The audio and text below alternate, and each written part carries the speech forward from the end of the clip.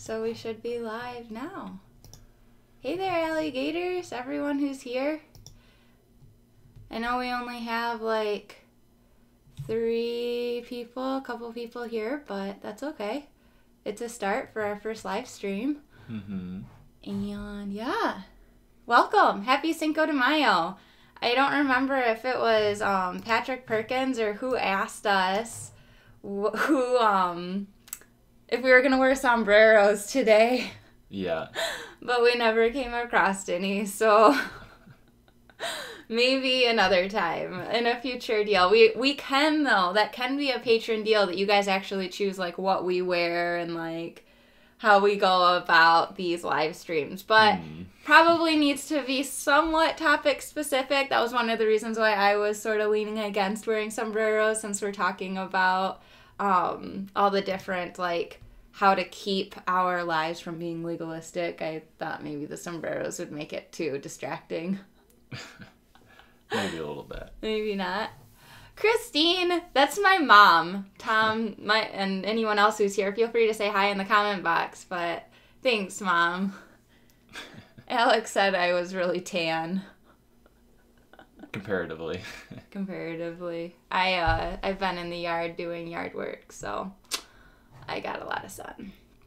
So today, we wanted to talk about, Bao had requested a topic asking, I'd like to discuss how to avoid the sense of legalism in our faith. I just hate how I am monitoring my state of grace every day and how I can fix my state of grace. Doing an indulgence as a checklist or trying to reason whether you committed a mortal sin or not seems very legalistic at times. So Alec, when I read this to him, he was like, oh, I might have something to contribute to this. Maybe. We'll see. So it's a great question. Alec and I are actually planning on going to confession later today, and so it was a good topic, I felt. And yeah.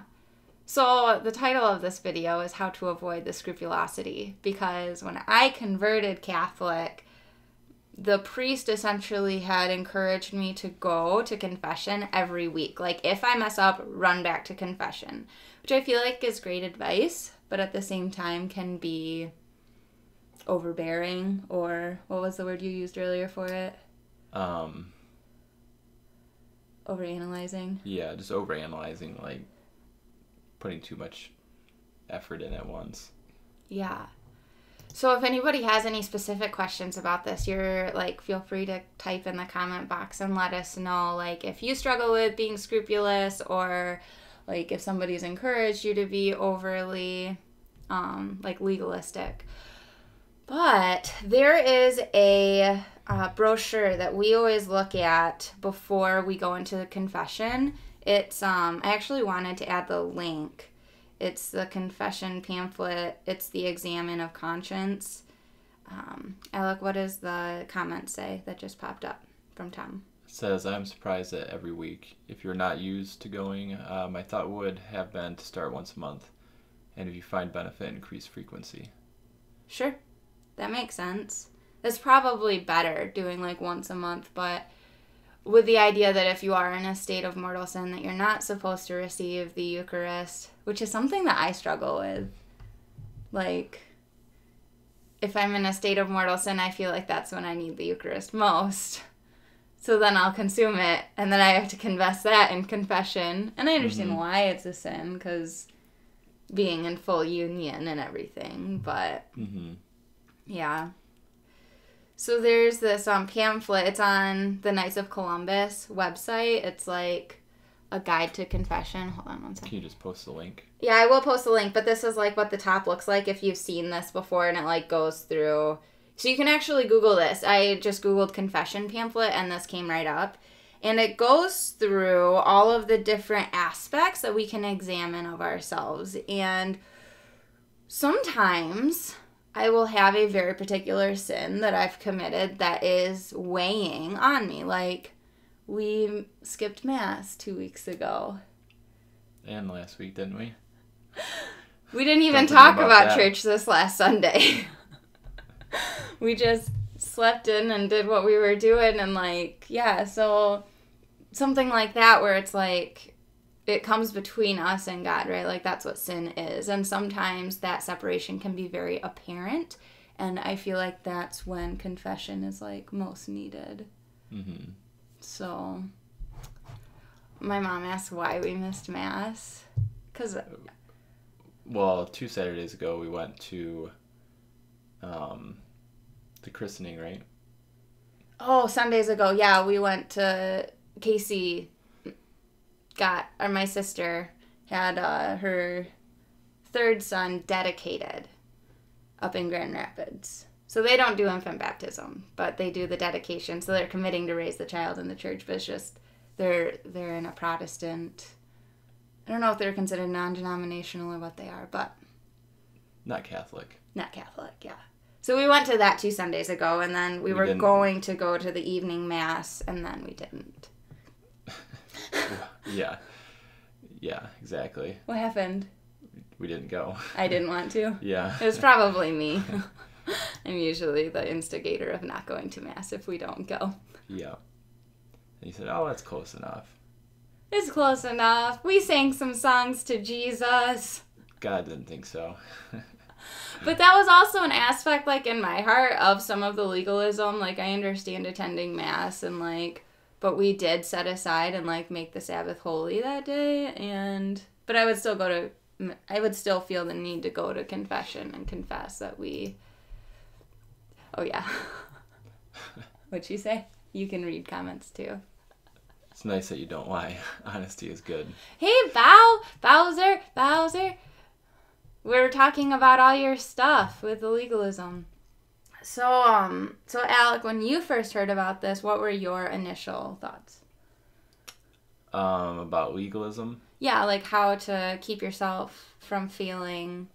I guess you just kind of have to accept where you're at today and at that current moment. Mm-hmm. Because you can't become a excellent Catholic just on day one. It's a process, just like anything else that you want to become really good at. There are going to be days where you're really, really bad at it, and as long as it's not detrimental, like it could be good to keep like a checklist or something like that, like making sure you're going to confession and you know your mortal sins and everything like that, mm-hmm. and kind of keep track of yourself. But as long as it's done in a healthy way and you're not trying to punish yourself. Yeah. Like with penance, right? Like the priest at the end of confession will give a penance. And I remember when I was first Catholic, I was like, oh, a Hail Mary isn't enough. Like, I need to fast for a weekend. And, like, I need to really, like, I did something bad. And the fact that God's grace is given freely when it's sought after, that we don't have to, like, punish ourselves. Mm-hmm. That's a good point. Yeah. Yeah, there were definitely some ordeals that I wanted to do some extra penance for, but the biggest thing is just getting back on the right track and being absolved of sins. But there is a saint that talks about doing an examen of conscience every night before we go to bed. I want to say that there are 3 aspects. I've never personally done this.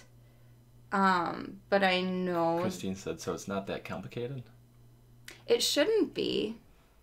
Like, that's what I really like about the pamphlet that I brought up. Because it's like I can sit before we go into confession and look over all these questions that are like, here, reflect on these things. Here are the different areas. And, like, you can open a new tab right now on your browser and Google confession pamphlet and scroll down through that and see, you've probably seen it before. Sometimes it's at the churches. But, but for the daily examen, that's what they call, or it's EXAMEN. It's still examen though, right? Examen. Oh, it was St. Ignatius. That's who did it. It's St. Ignatius that thought it was a gift that came directly from God, and God wanted it to be shared as widely as possible. So it's a Jesuit type of deal, and it's actually done twice daily, at noon and at the end of the day. So, And it's a 5-step practice where you become aware of God's presence, you review the day with gratitude, you pay attention to your emotions, choose one feature of the day and pray from it, and look toward tomorrow.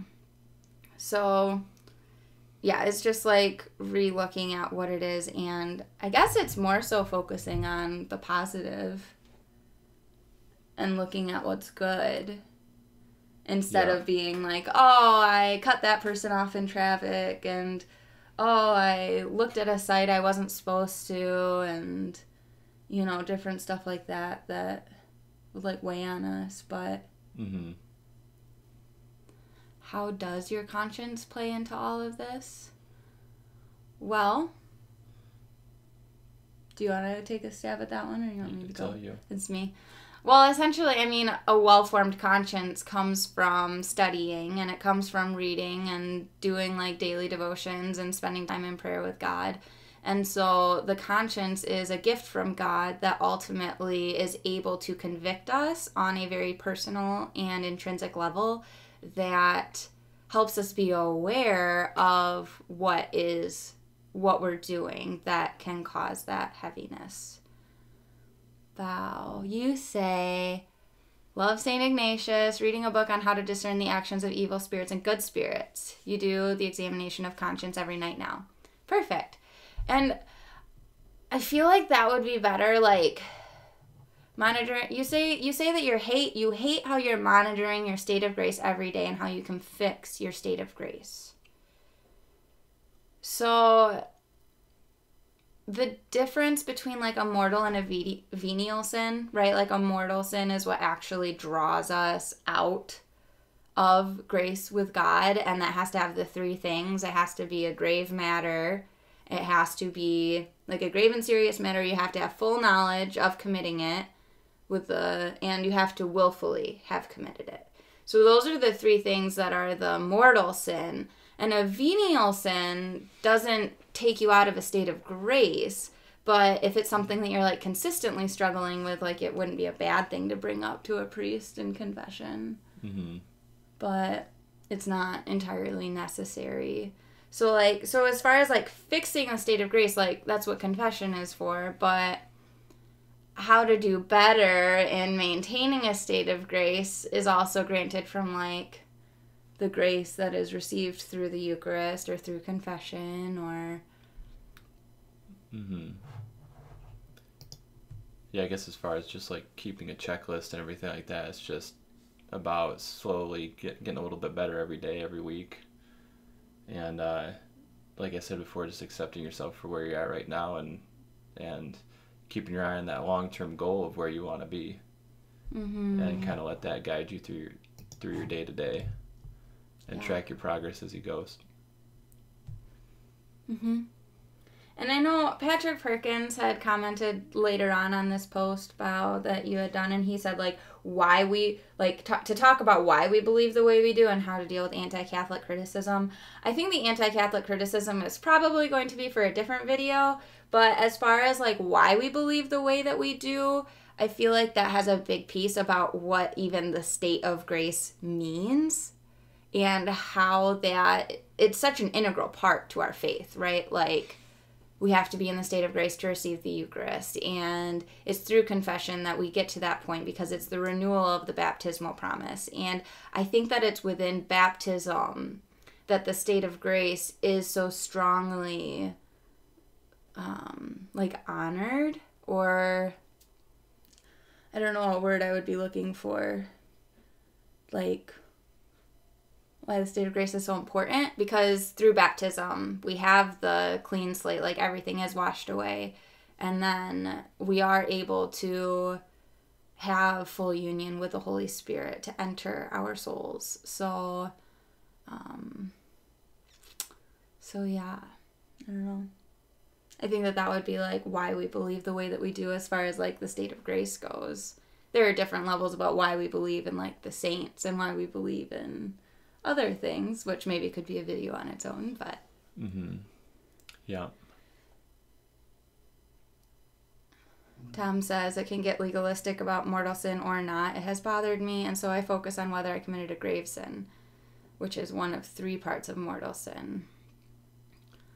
Make sure I confess those. And then Mama Gator says it's one of the fruits of the Holy Spirit, self-control and discipline, as far as making a list. Yes, it is also, yeah. I think that it would be a fruit of the Holy Spirit as well, like self-awareness. Let's see, the fruits of the Spirit are love, joy, peace, patience, kindness, goodness, faithfulness, gentleness, and self-control. For such there is no law.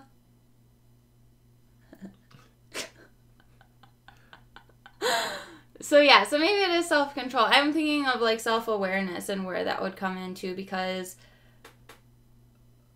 there's a certain grace for me that like comes when I examine that confession pamphlet that helps me to be able to reflect honestly and not be like, oh yeah, no, we just didn't go to church. That's the only thing that I did that I need to work on. You know? Mm-hmm. Was that the only mortal sin that I've committed in the last 2 weeks? I mean, it might have been. But if I do that examination of conscience with that pamphlet, like, I'm sure that there are going to be other things that show up that are like, oh, well, you know, I don't know what it would be. I didn't respect my husband when he told me not to spend money here. Okay, no. But, so it just kind of depends on, yeah, I think that self-control and discipline, though, is an important aspect, for sure.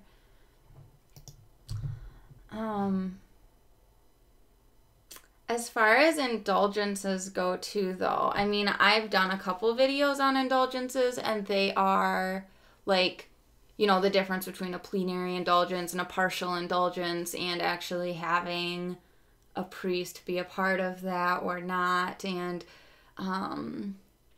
I would say that the biggest piece of that, if you're finding yourself doing partial indulgences like all the time, I would probably recommend seeking out a spiritual director to talk about that, because there might be something more intrinsic going on that that just is kind of a little off. Because partial indulgences are good, like every now and then, and you know, necessary to what we do, but like as Catholics, but to always be feeling like I need to go and do this thing because I don't want to go to hell. Maybe the motivation behind all of it matters too. Are you doing it to good motivation? Yeah. Well, are you doing it to stay out of hell, or are you doing it to go to heaven? Are you doing it to avoid wrath, or are you doing it to gain love? Like, you know, the two motivations, like, there's a healthy balance probably, but where is the primary? What's your primary motivation? To get into heaven. It is to get into heaven. It's not to avoid hell. No. No. I don't think mine is either. Well, what don't they say, if you try to stay out of hell, you'll end up in purgatory? Kind of. Or something like that. It's if you aim for heaven, at least you'll end up in purgatory. But if you aim for purgatory, oh, sure, you wind up in hell. So yeah. It's, yes. Bao says... Aim high. What? Aim high. Yeah. So Bao says, yeah, I truly believe that we believe that... Oh, sorry. I can't read. Alec, maybe you should read it. I truly believe that we view the church as a place of healing and realignment towards Christ. Sometimes it feels like I'm more focused on healing a status instead of focusing on healing. Ah, okay. That makes sense. It makes me think of excommunication and people who have actually been excommunicated and, like, having to do particular deals in order to get back in a state of grace with the church. So are you talking then more about being in a state of grace with the church instead of being in a state of grace with God? Is that kind of... Is there a difference between those two? Because, yeah, like, they are one and the same, I feel. Because the church is God's living community on earth. He is, like, as the bride of Christ. Filled with the Holy Spirit is love within your heart. It is God within you. It's God living through you. It's love, not legalistic. I mean, yeah, it's... Because like the fruits of the Spirit, you know, it lists all of them, and then in Galatians it says, for such there is no law.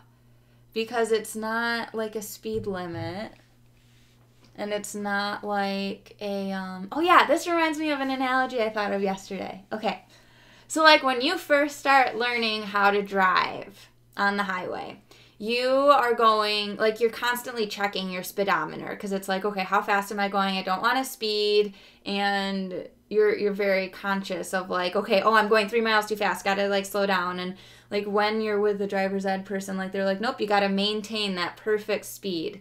And when you're first trying to reach like the awareness of becoming holy, I feel like a similar deal happens where it's like, oh, I went 3 miles over, I gotta slow down. Like, oh, I gotta balance this out again. I did this wrong. And there's a hyper awareness. Whereas after you've done it for a little while, you kind of get used to what that speed feels like in the car. So you can be driving and it's like you can know you're going 55 miles an hour without looking at the speedometer. And sometimes it'll be like, oh, you'll think you're going 55, but you're actually going 60 or 65, and you look down, you're like, oh my gosh, I'm going too fast, and you have to quick slow down and be like, okay, I'm in the speed limit zone now. And I feel like that's more how confession serves me at this point, is it's like, I'll live life, and then when I go and do that examination, it's like, okay, how far out of that speed zone was I? Like, how... Mm-hmm. How well have I like maintained, because it is more of a lifestyle than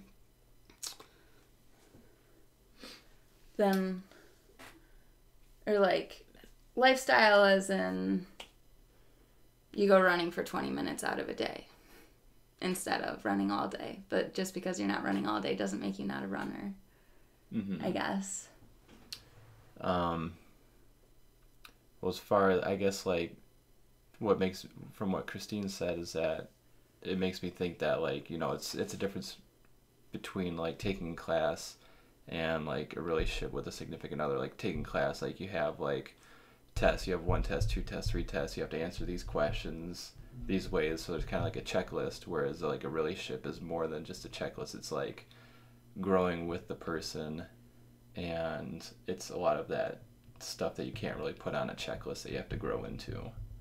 Like through maturity and just understanding how the relationship works. Unless you're a stay-at-home homemaker. Wash dishes, check. Do laundry, check. Do you feel loved? Just kidding.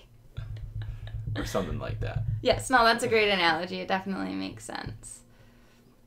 Paul says, sometimes viewing the state of grace as a legal term, that I must restore this legal status without full repentance. The good news is that God judges us based on our experiences, and he knows our hearts better than we probably even know them ourselves, and he is love. Like, he is Mary's full of grace, but God is too. Like, I think that we think about her as full of grace a lot, but like Jesus himself too, he intrinsically like is grace to a degree. Because he's who's granted that grace to us of the redemptive nature of salvation.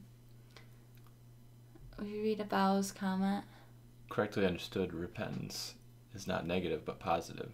It means not self-pity or remorse, but conversion, the recentering of our whole life upon the Trinity. And I've talked about it several times, about that Trinitarian perspective being of like the mind, body, spirit reflection, you know. So when we're recentering everything, we're recentering our mind to focus on the knowledge and truth of the church, and our spirit on those fruits of the Spirit, in our body as that constant sacrifice for others too.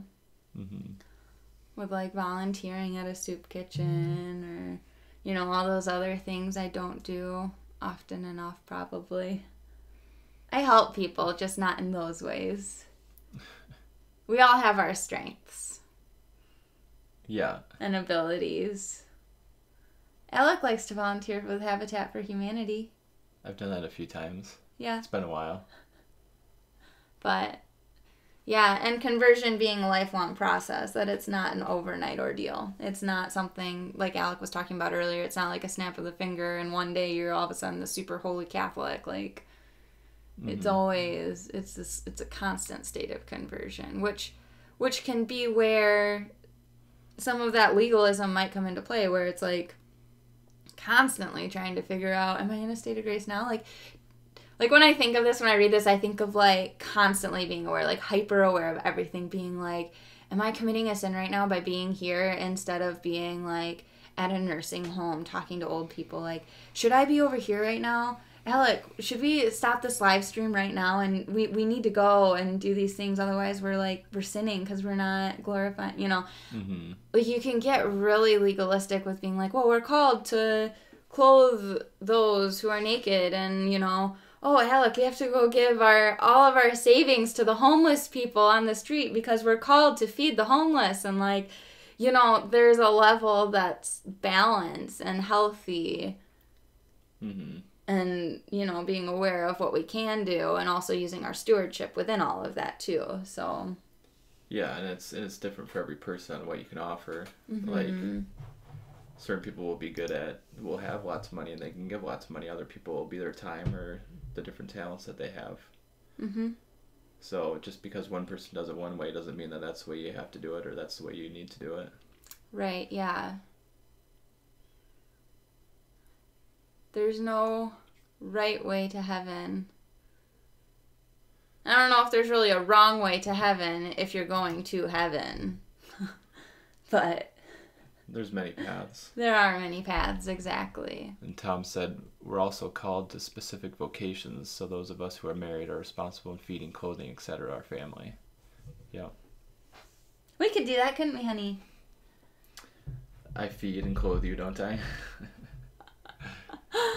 I really want to do foster care or the adoption stuff, but Alec doesn't feel we're quite at that point right now, so we've been discussing all of that, but because we have very different views on money, which we can do a budget live stream sometime for you guys if you want. That would be funny. I don't think that would be a good idea. I think it would be fine. You guys can see how we genuinely work together on that. It would be fun. It would be entertaining for all of you. Raw and unedited budgeting. Exactly. Alec can talk about how he wants to spend our money, and I can go, oh, well, I want to spend it this way, so here we go. All right, Belle said, I remember speaking with my RCIA director about my complaints on the Catholic faith. After reading a list of mortal sins, I avoided them out of fear and failed to focus on the love and grace of God. Yeah, it can, you know, there are some priests even and RCIA directors and people and all types of everyone who speaks not in full accordance with Catholic doctrine. Not to say that a list of mortal sins wouldn't be a bad thing to look at, but yeah, with the focus being on the love and focusing on the good and the positive. I mean, I myself, like, if you read some of those comments that are on that Alfie Evans video that I posted about why I won't post Pray for Alfie Evans, which was so controversial, but was just stating, you know, there's so much more going on, and I don't know, more of like praying without ceasing than just like jumping on this bandwagon. But if you were to look through some of those comments, there are particular people who attack me as a Catholic, telling me that I don't live my faith, I don't know what it means to be Catholic, like, and are really, really, like, mean about it. And it's like, I could avoid trying to speak about, like, what I'm convicted to speak about to avoid upsetting people, or, like, you know, I don't know. But there are just some people where it's like, what I talked about was in union with the church. Like, I mean, the church there is nothing in doctrine that states if somebody's suffering goes viral, you must share it to your Facebook wall. Like, and that was what the premise, I guess, of that video kind of was. I'm kind of getting off topic here because I was really revved up over that person. That was really mean to me. But because she's been mean to me before. So, but But so, like, speaking about complaints, though, and then, like, having to be, like, being able to have an open discussion about them is also important, just because doing good out of love instead of not doing bad out of fear. Mm-hmm. Like, it's just those two different things. So Tom says, I'd be worried that a budget live stream might not do that. Oh, it would bring us together still. See, because you guys could all be the mediators. Keep it civil. It's really not that bad. It's not. It's just that I've always had the budget. I always managed it. And we just have different views on money, which maybe money would be a better thing to talk about, because we do have slightly different views. Yes. But we can talk, if that'd be a better discussion. Yeah, not necessarily the budget, but just like money in general. Mm-hmm. So that could be a different topic if you guys want to hear about that. Mama Gator says, if our hearts are turned towards God and we truly long to be pleasing to Him, if you love me, you will obey me. God has promised to work all things for good. Yes, He does make all things beautiful in His time. So it is a good thing. Yeah. Yep. So, are there any other questions before we wrap up today? I was kind of curious. I'll probably post this on Patreon, but I'm kind of curious on what you guys think about if we should make these live streams public after a week or something of being posted, so that it's like, you guys are obviously the only ones, like patrons would be the only ones who could be on here commenting, but then should this be able to be accessible by the public, or should it stay patron exclusive? I understand that it would ultimately be like up to me or up to us, but I also want to get your guys' input because I don't know what you think. So let me know about that too, as well as any other topics, which we have the one from Patrick, but you can contact me anyway. Email, Patreon, YouTube messages are not good. I do not get notifications for those, and it goes like weeks before I see them, because I'm like, oh, I haven't checked those in a while, and whoops. So, but yeah, so feel free to contact me that way. If you want to write an email to Alec too, you probably would have to just go through me, unless Alec wants to make his email public. You can forward them to me. I can forward them to Alec. And, my opinion, I think others might be drawn closer to God through listening and reading the comments. So you're saying you think that I should make it public after a while? Like a week, a few days, or a week? Is that what you get from that comment? Yeah, so she wants to hear me talk for a while. Yes, she says. Yeah, so just so others can see the conversations that go on and get the perspectives and everything. I try to let Alec talk, Mom. He's the one that doesn't want the live streams to be an hour long. He's like, I just want it to be a half hour. I'm an introvert. That's what he said to me this morning, so. Yeah. Do you feel like you've talked enough? I feel good. He feels good, Mommy. Mommy, dearest. Ask him why don't you ask him a question? Just say, Alec, what is your opinion on? Oh, Mama Gator, you're funny. No. We love you so much. I did ask him a question. I said, is that what you got from her comment? Okay. Technically. Bao said it would be fine if it was available to the public a week later. It might help. Tom said, there is another patron that I support that does special episodes that release on Tuesday, Wednesday for supporters, and on the weekend for everyone. I see both sides. I think that's great. Yeah, that's, they say that you can do it either way, and that either way works, so I feel super open to either way. I just didn't know, like, what you guys thought, because then I think I might have, like, overbooked myself a little bit on some of this stuff, so I'm kind of thinking that I could do this on a Saturday, and then the following Saturday release it, and then just be doing every other Saturday videos, and this kind of be like the Saturday symposium for now, until I get a handful of interviews and actually have a, like a backlog. of interviews that I could do for Saturday symposiums. So, okay. Well, no, all of that's helpful. Thanks for your guys' input on that one, because I've kind of been wondering. I know it's totally, for anyone that is watching the playback, if this does get made public. Sorry, there you go. This is how this decision was made. So join Patreon and you can help to make the decisions too. Yep. You can be part of the discussion. Oh. And if you were one of the first 10, the mugs, some of them are here. Some of them got a little... They were rejected on quality. There are little polyps that happened in the glaze, so Alec and I have warts on our faces. Maybe it'll come true one day. Yeah, he says that maybe it's like the future.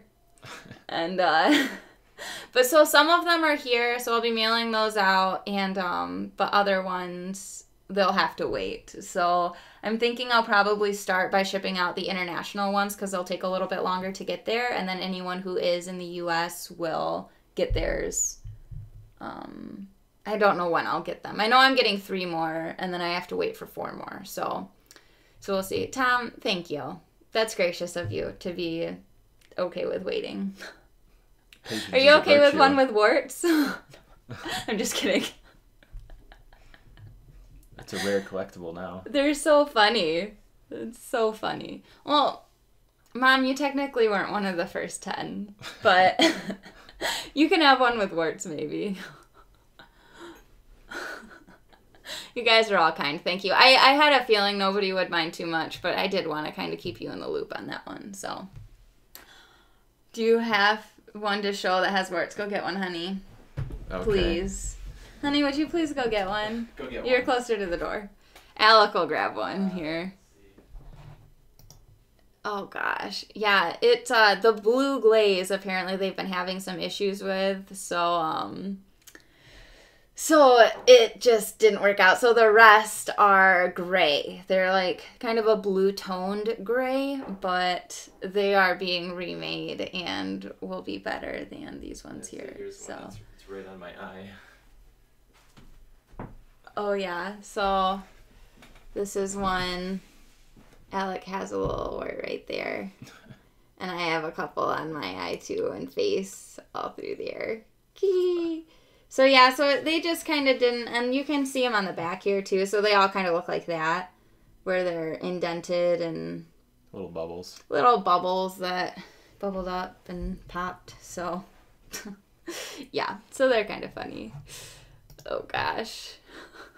There you go. They were interested in the warts. Yeah.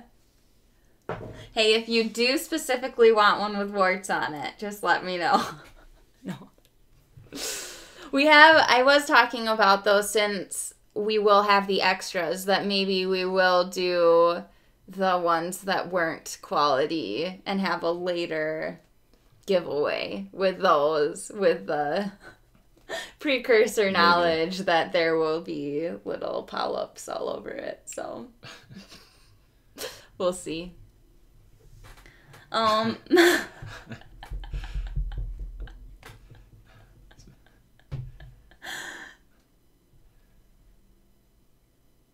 It's very kind of you, Christine. I wanted him to talk because I know how much you wanted to hear him talk. Oh, jeez.